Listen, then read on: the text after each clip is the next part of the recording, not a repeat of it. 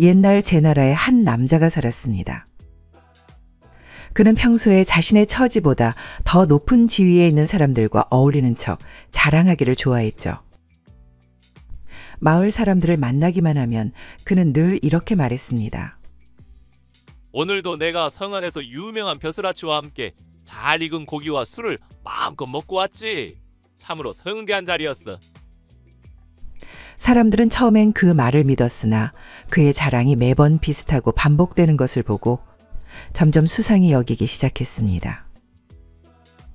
하지만 그가 얼마나 당당하고 자신 있게 말하는지라 사람들은 결국 의심을 거두고 마침내 그의 말을 믿게 되었습니다.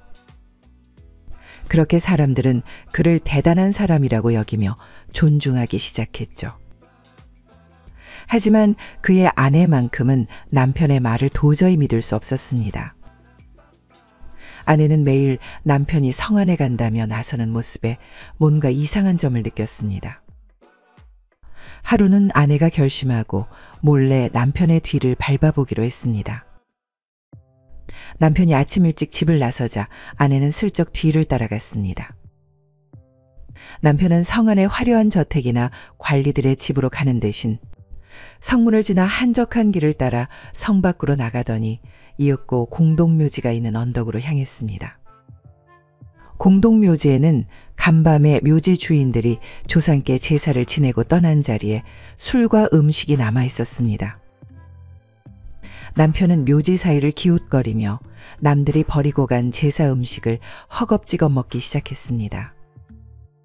그는 음식과 술을 모두 비우고 배가 부르자 여유롭게 쉬면서 만족한 얼굴을 하고 있었습니다. 이를 몰래 지켜보고 있던 아내는 참담한 심정이었습니다. 남편이 그토록 화려하게 자랑했던 성대한 술자리가 실은 아무도 없는 공동묘지에서 남이 버리고 간 제사 음식을 먹는 비참한 처지였기 때문입니다. 아내는 너무나 부끄럽고 서글퍼서 혼자 조용히 눈물을 흘리며 집으로 돌아왔습니다. 그날 저녁 아무 일 없다는 듯이 늦게 돌아온 남편은 어김없이 허풍을 떨며 아내에게 자랑했습니다. 여보, 오늘도 내가 성 안의 벼슬 높은 분들과 함께 아주 멋진 술자리를 가졌어. 참으로 성대한 연회였지. 하지만 이미 모든 진실을 알고 있는 아내의 가슴은 찢어질 듯 아팠습니다.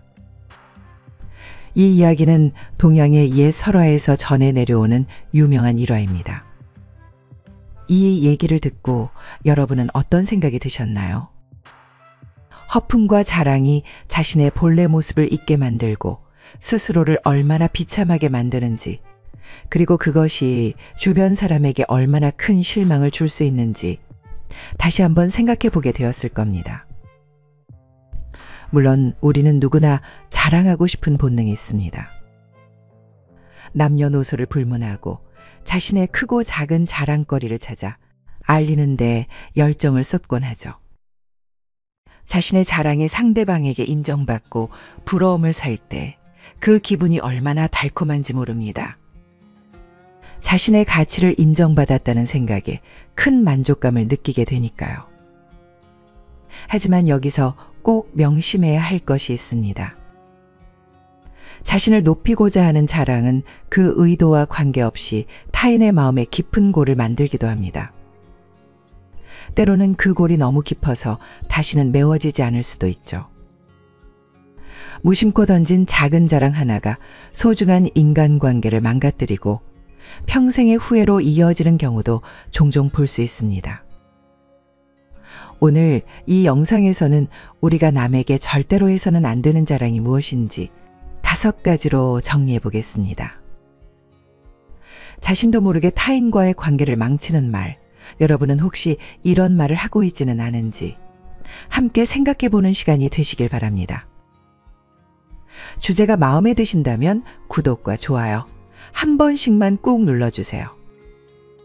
클릭 한 번으로 여러분의 일상에 따뜻한 행복이 넘쳐나길 바랍니다. 첫 번째는 남을 무시하는 자랑입니다. 말 그대로 자신의 우월함을 드러내기 위해 남을 깎아내리는 식의 자랑이죠. 혹시 떠오르는 사람이나 상황이 있으신가요? 예를 들어 지인들과 대화 중에 나야 강남에 살아서 뭐든 가까이 있지만 지방 사는 애들은 제대로 된 문화생활도 못하겠더라. 라고 말하는 장면을 떠올려 봅시다. 겉으로는 자신이 사는 곳의 편리함을 이야기하는 것 같지만 사실은 지방에 사는 사람들을 은근히 깎아내리는 자랑입니다. 또 어느 모임에서 한 분이 민수네는 아들이 맨날 집에 있으니까 얼굴 자주 봐서 좋겠네.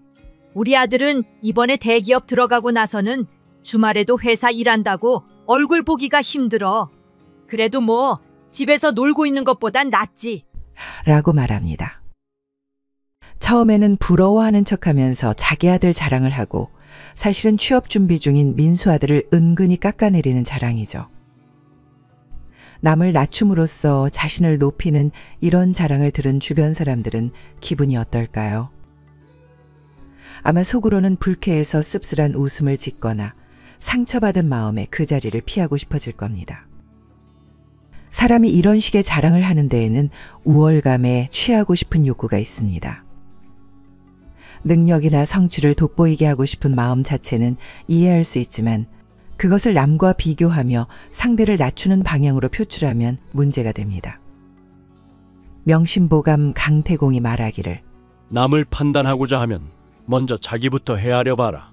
남을 해치는 말은 도리어 자신을 해치게 되니 피를 머금었다가 남에게 뿜으면 먼저 자신의 입부터 더러워진다.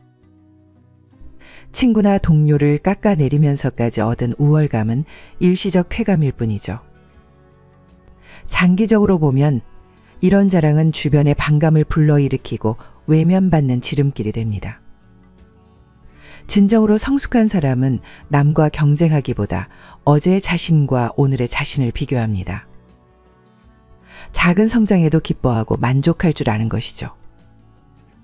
만약 누군가 재산이나 학력, 성공을 앞세워 당신을 무시한다면 그 사람이 오히려 안타까운 사람입니다. 속이 빈 사람일수록 거칠애로 자신을 채우려 하기 때문입니다. 진정한 행복과 성공을 아는 사람은 굳이 남을 깎아내리지 않습니다. 자신의 가치를 입증하는데 타인의 실패가 필요하지 않다는 것을 알기 때문입니다. 결국 남을 비하하며 자랑하는 이들이 정작 찾고 있는 것은 인정과 부러움이지만 실제로 얻게 되는 것은 경멸과 외면뿐입니다. 두 번째는 허위 또는 과장된 자랑입니다.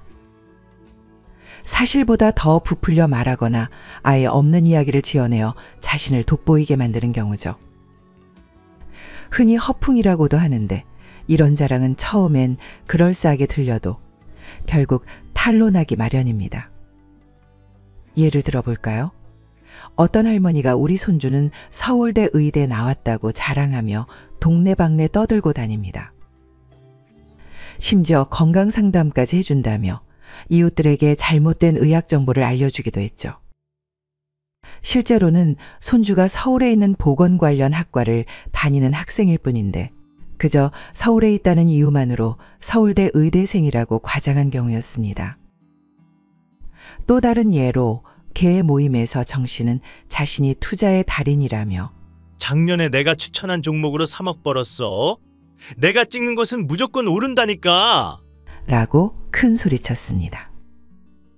믿고 따라 투자한 회원들은 큰 손실을 봤는데 알고 보니 정 씨는 그저 우연히 조금 오른 것을 터무니없이 부풀린 거였어요.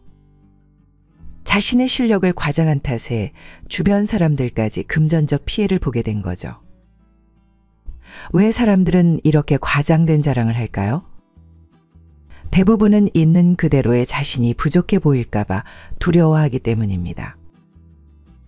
내 진짜 모습으론 인정받지 못할 것 같은 불안감이 거짓이라는 화려한 거칠애를 입히는 거죠. 하지만 거짓된 화려함은 오래가지 못합니다. 시간이 지나면 진실은 드러나기 마련이고 한번 무너진 신뢰는 다시 쌓기가 무척 어렵습니다. 어린 시절 읽었던 양치기 소년 이야기를 기억하시나요? 늑대가 왔다고 거짓말을 반복하다가 정작 진짜 위기가 닥쳤을 때는 아무도 믿어주지 않았죠. 이처럼 과장된 자랑은 듣는 이들도 대부분 눈치채기 마련입니다. 저 사람 또 허풍 떠는구나. 하고 속으로 생각하면서도 겉으로만 맞장구 쳐주는 경우가 많죠. 이런 일이 반복되면 그 사람의 말은 점점 가벼워지고 진심 어린 이야기를 해도 믿어주는 사람이 없어집니다. 빈 수레가 가장 요란하다는 옛말처럼 과장된 자랑으로 잠시 주목받을 수는 있겠지만 결국엔 그 허상이 무너지면서 더 큰 부끄러움만 남게 됩니다.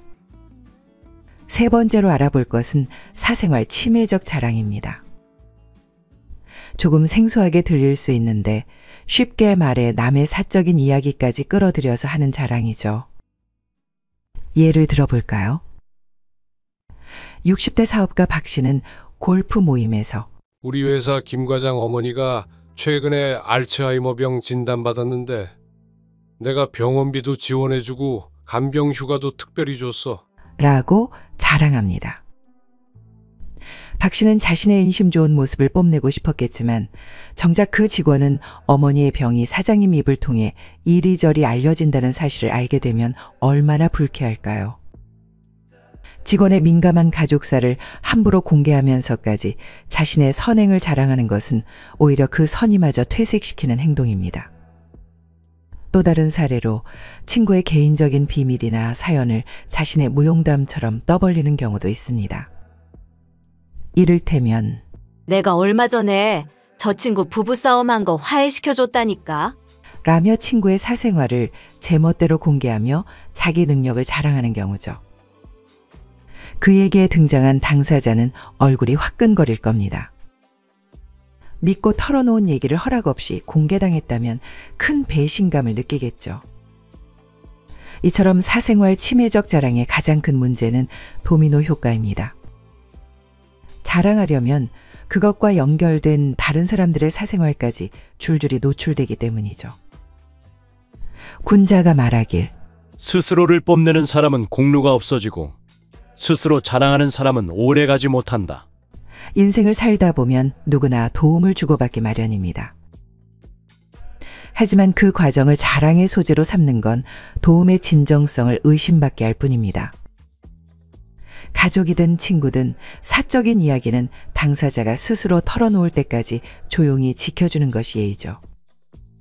남의 일을 함부로 떠들지 않는 배려심이 인품을 더욱 빛나게 하고 주변 사람들과의 신뢰도 든든하게 지켜줄 겁니다.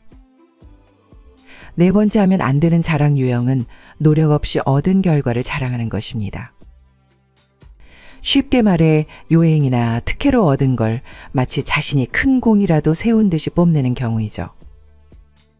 예컨대 부모 도움으로 집을 장만한 사람이 신혼인데 벌써 자가가 있다고 으스대거나 좋은 인맥 덕분에 취업했으면서 내가 실력이 좋으니 당연히 뽑히지 하고 자랑하는 식입니다. 또는 우연히 큰 돈이 들어왔을 때 그저 운이 따랐던 건데 마치 자신의 특별한 능력 덕분인 양 떠벌리는 경우도 있죠.